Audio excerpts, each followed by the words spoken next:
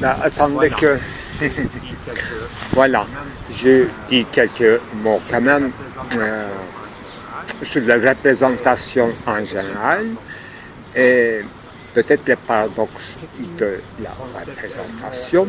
C'est un concept, mot qu'on a tellement l'habitude, qu'on a commencé à connaître, savoir tout sur la représentation. En tout cas, moi. Et son rapport à l'image, en général, représentation, son rapport avec la présentation, la présentification.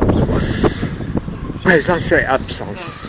C'est une longue et vaste sujet, mais récemment, je suis tombé encore une fois sur un paragraphe de Derrida qui cite quand même Philippe Sollers, ça devrait être le 3.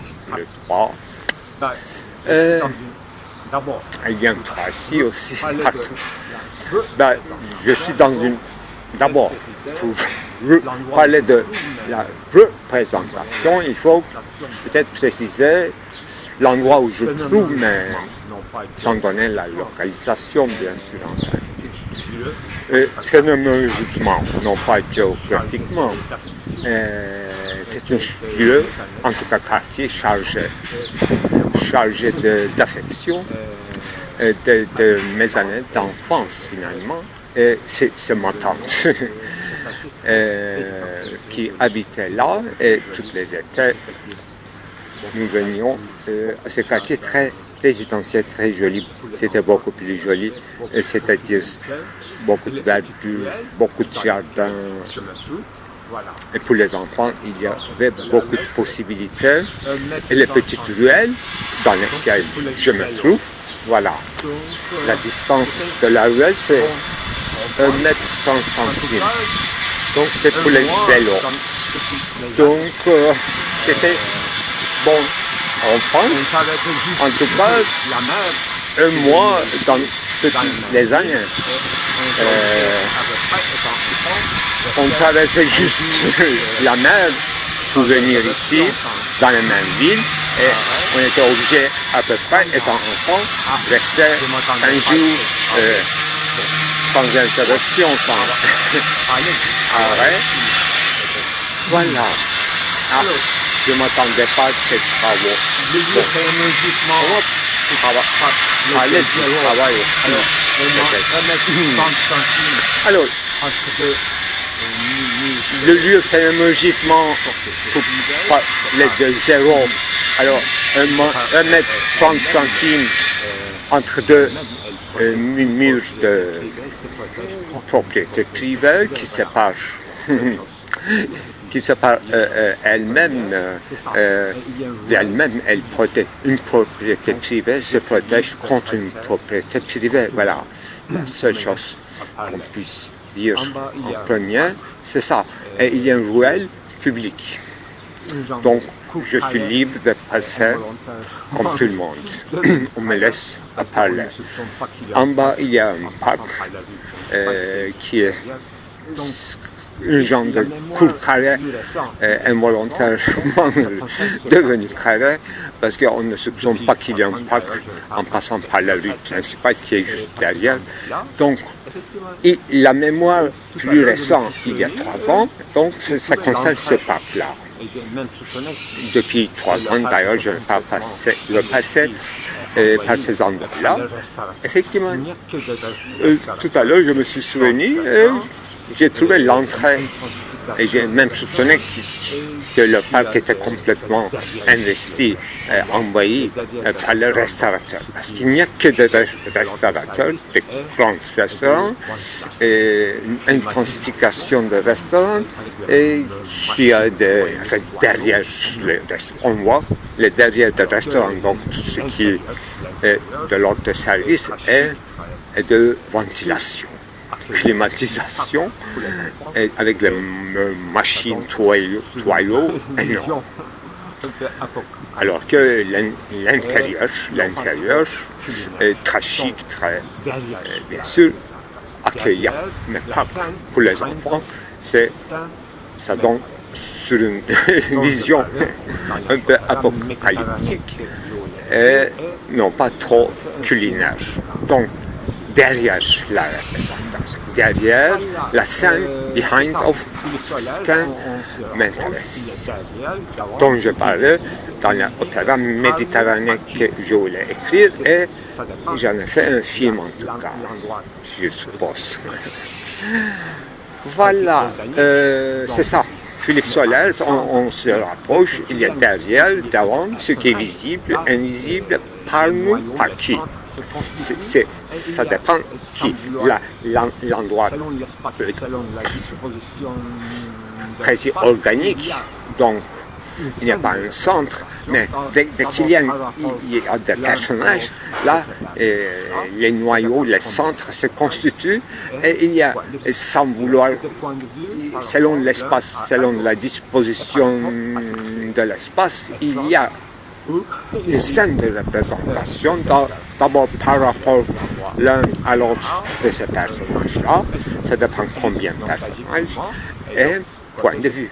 Diversité de points de vue par rapport l'un à l'autre et par rapport à ce qui est écran ou ici récepteur. Je peux changer l'endroit des caméras, donc ça peut changer, mais c'est plus nostalgique pour moi. Et l'autre côté, c'est un bâtiment villa récent. Bon, j'ai photographié quelques écrans. C'était une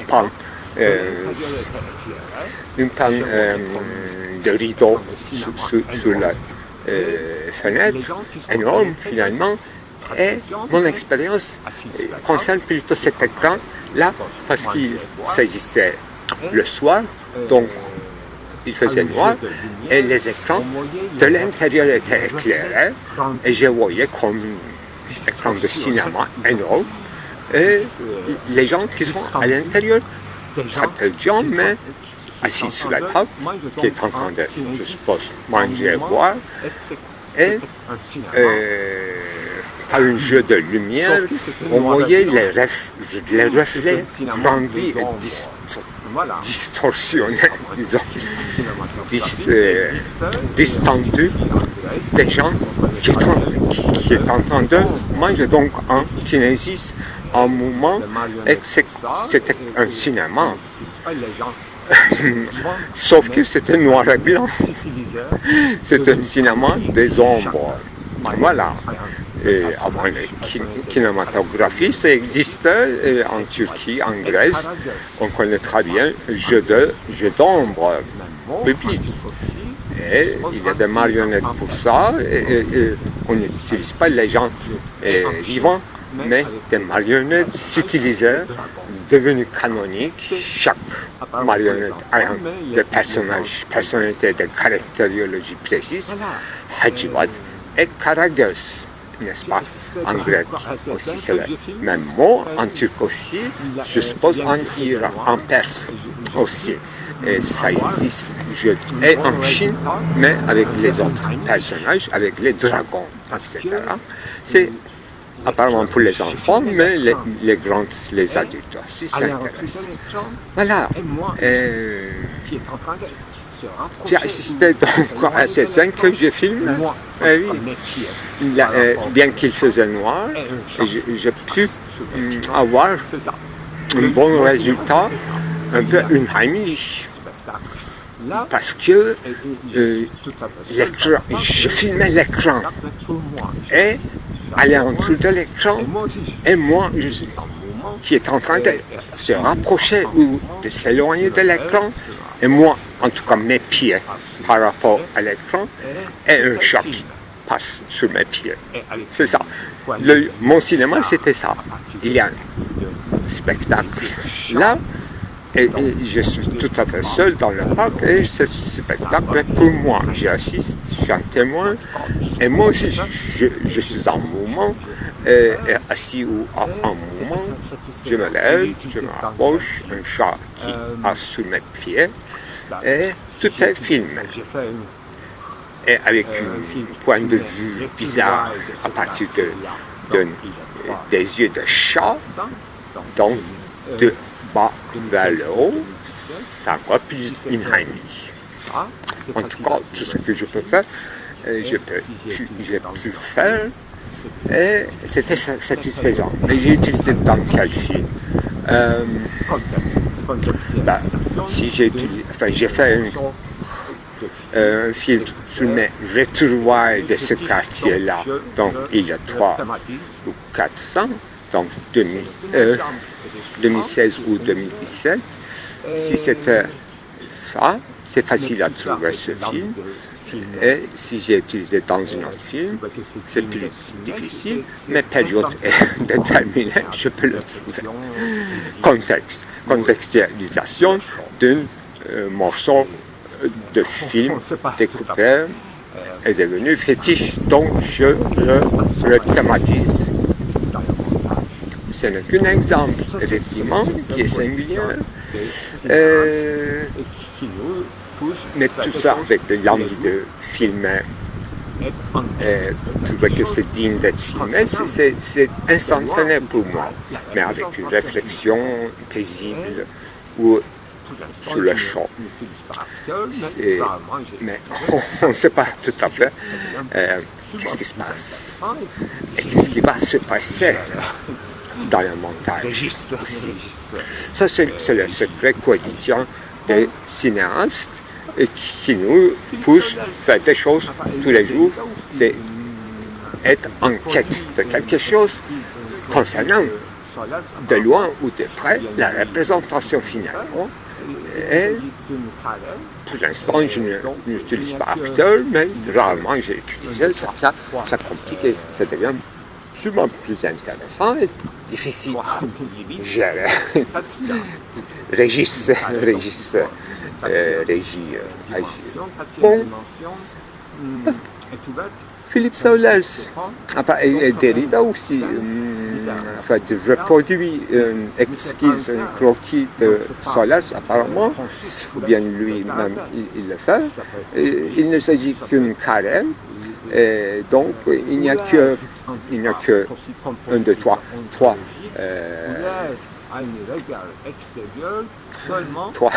limites, et 4e tout est une carré, donc il faut 4e dimension. 4e dimension est ouverte, ça n'existe pas, donc ça fait une scène bizarre, une scène de théâtre, mais c'est pas un théâtre, donc c'est pas conçu pour être regardé. Ça peut être public, ça peut être ouvert, en tout cas, comme possibilité ontologique, ouvert à un regard extérieur seulement par la 4e dimension, ce qui est permis ontologiquement ou architecturalement, selon la disposition de l'appartement ou de la chambre. Voilà un truc intéressant qui adhère. Donc, s'il y a un intrus, il ne peut entrer que par là. S'il y a quelqu'un qui sera témoin oculaire, il ne peut voir les choses que de cet angle-là. Voilà une problématique, n'est-ce pas? À la fois géométrique, un problème géométrique, à la fois un problème dramatique. Pour écrire une pièce de théâtre, pour faire un roman, et pour faire un policier, et autre chose aussi. Nous n'avons pas envie de faire aucun de cela. Nous en parlons en général de ces dispositions. En général, les possibilités, les angles, alors très technique apparemment, mais voilà pourquoi. Il n'y a que 2 couvertures qui nous cachent le danger de l'extérieur. Ça ne cache pas ça, ne sont que des barrières, donc complétées par les barbelés. Et donc, pour rappeler que tu n'as pas le droit tu peux regarder maintenant, pas aller te faire un pas de plus vers nous, et tu peux aller juste dans ce sens-là, ou bien dans ce sens-là. Moi, je m'arrête. J'arrête l'architecture qui est arrêtée, et je prends l'occasion de penser cela.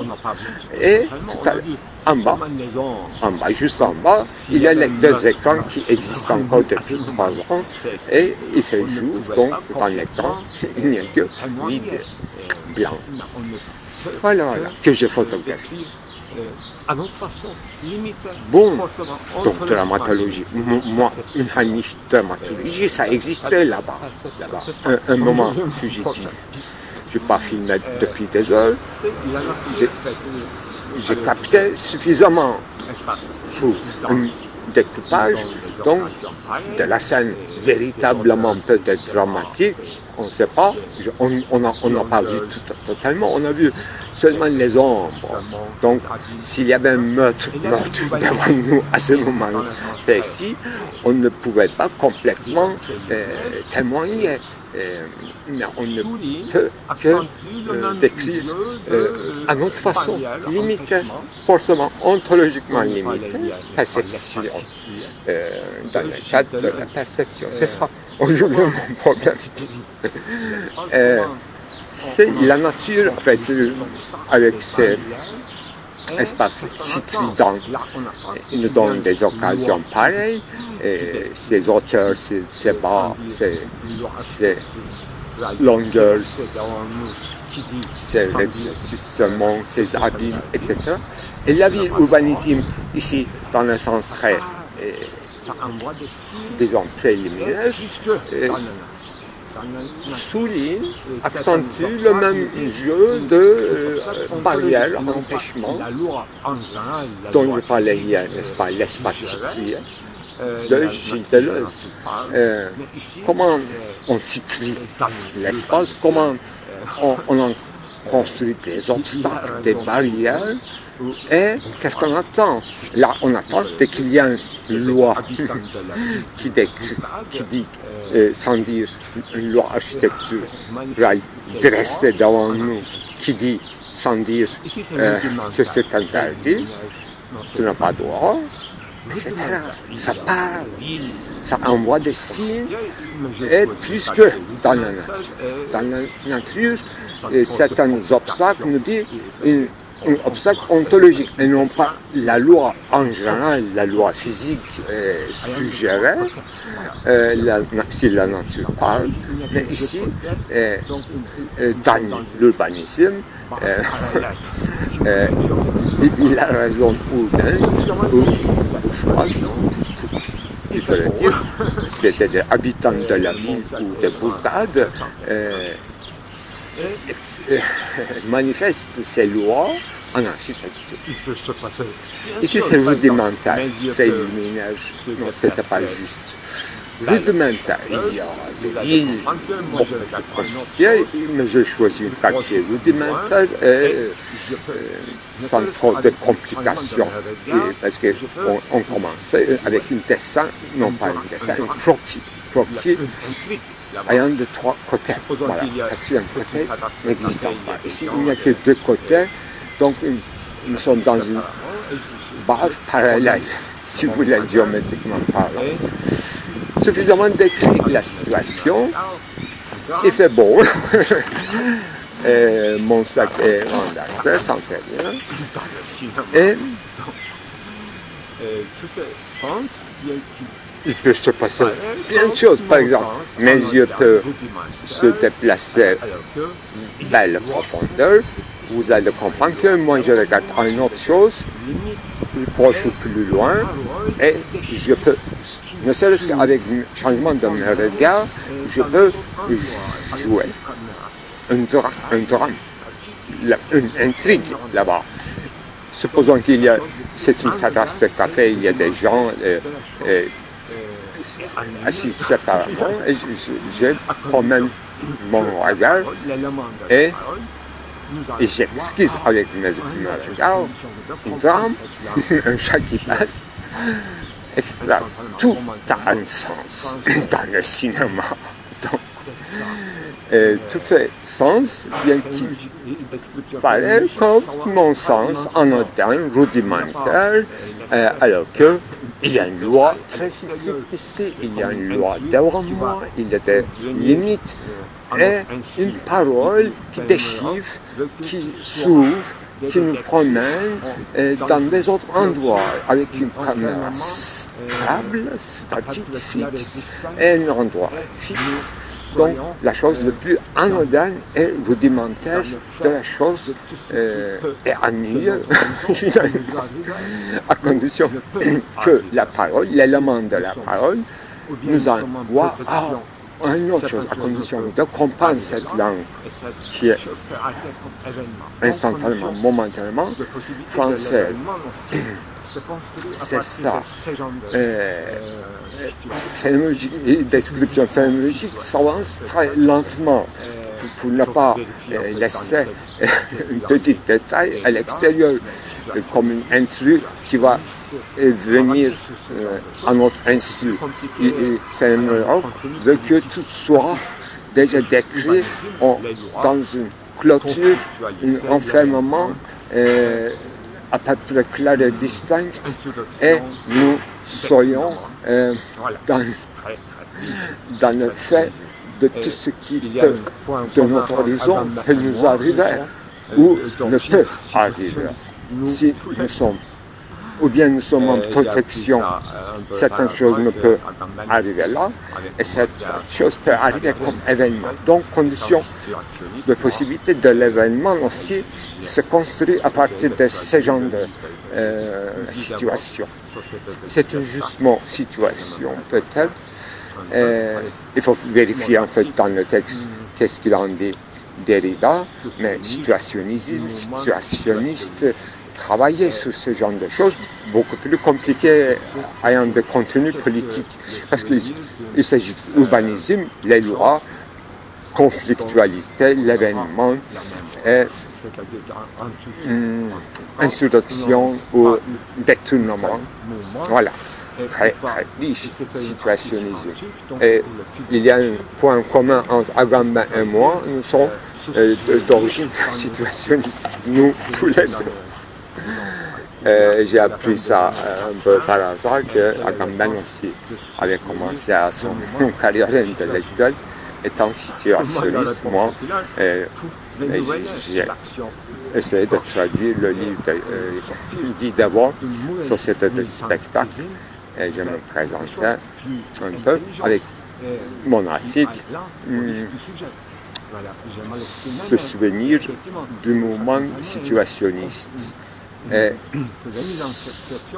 qu'est-ce que le souvenir d'une chose dont on n'a pas la mémoire.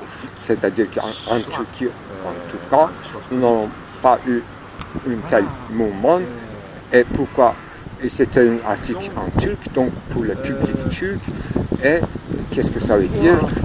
Se souvenir dans le début des années, disons, ou bien à la fin des années 80, et quel est le sens de ce souvenir de moment situationniste?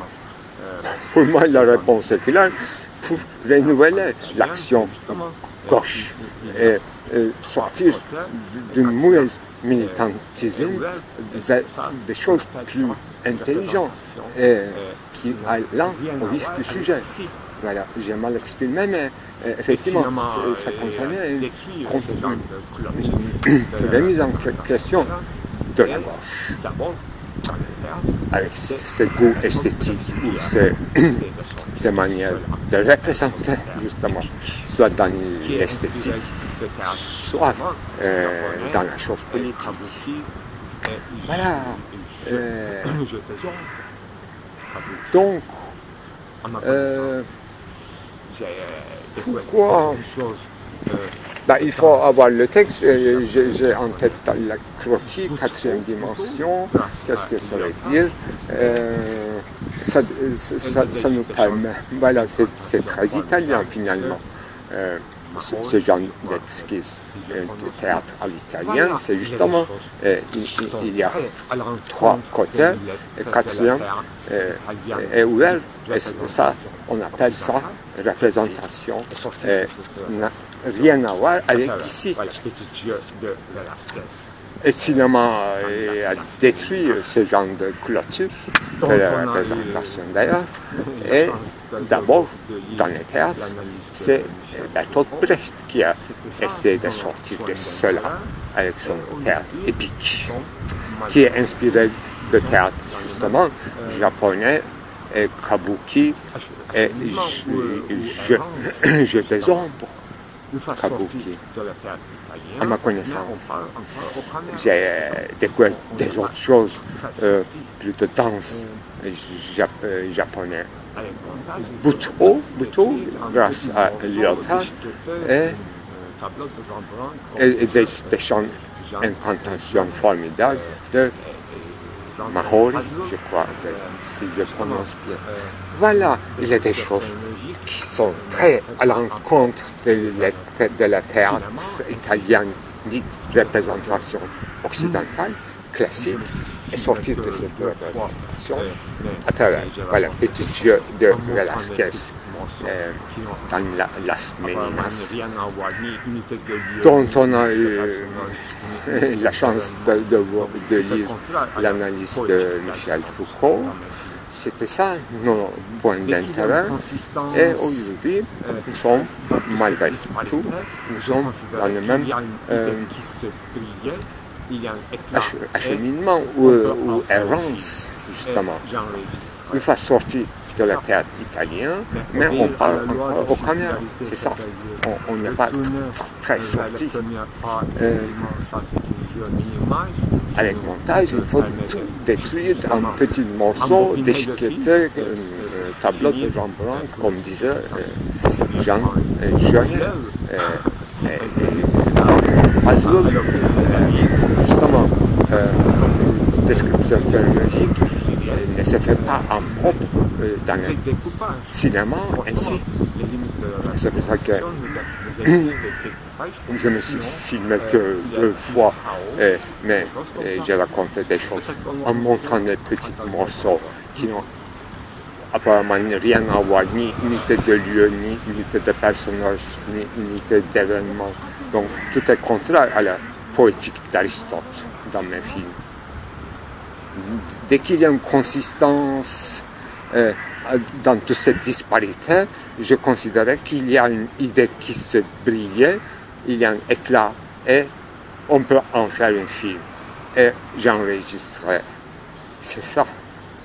Mais obéir à la loi de circularité, c'est-à-dire retourner vers le premier pas, effectivement, ça c'est un jeu minimal qui nous permet de justement embobiner le film et finir pour que ça ne devienne pas un fleuve interminable, alors que la vie ou cette rue, ça coule comme une petite rivière, mais il faut des découpages. Forcément, les limites de la représentation nous exigent des découpages, sinon il y a plus chaos, des choses comme ça. Peut-être qu'on va rentrer dans un autre endroit. Je crois que c'est moi qui ai inventé le genre littéraire ou artistique en général, et de la parodie philosophique. Non pas parodier un philosophe, ça aussi ça peut arriver, mais parodier en tant que philosophe, n'importe quoi. C'est pas ironiser, parodier, c'est vraiment, à mon avis, une mise en scène. Et ironiser, ça peut... oui, c'est un concept très important, ironie, mais trop général par rapport à ce que j'ai inventé comme genre. Je précise, dont le concept consiste à vraiment jouer, comme dans le paradoxe des comédiens de Diderot, et ce qu'on parodie, et tout en restant philosophe, et entrer dans le pot. d'autrui. C'est ça, véritable acteur, au sens de Diderot. Oui, on reste idem et on est à la fois absolument autre. C'est ça, parodie. Parodie, le mot à analyser. Alors, l'autre jour, je disais que éphéméride était ceci, cela, ça concerne l'astronomie, mais éphéméra, c'est encore autre chose que éphéméride. Éphéméra, en tout cas en grec, en turc. Je veux dire que parodie aussi, ça peut avoir un autre sens qu'un simple inférieur genre de divertissement. Non, il ne s'agit pas de divertissement, mais chaque philosophie est divertissante. Sinon, ça sert à quoi? Pour pleurer, pour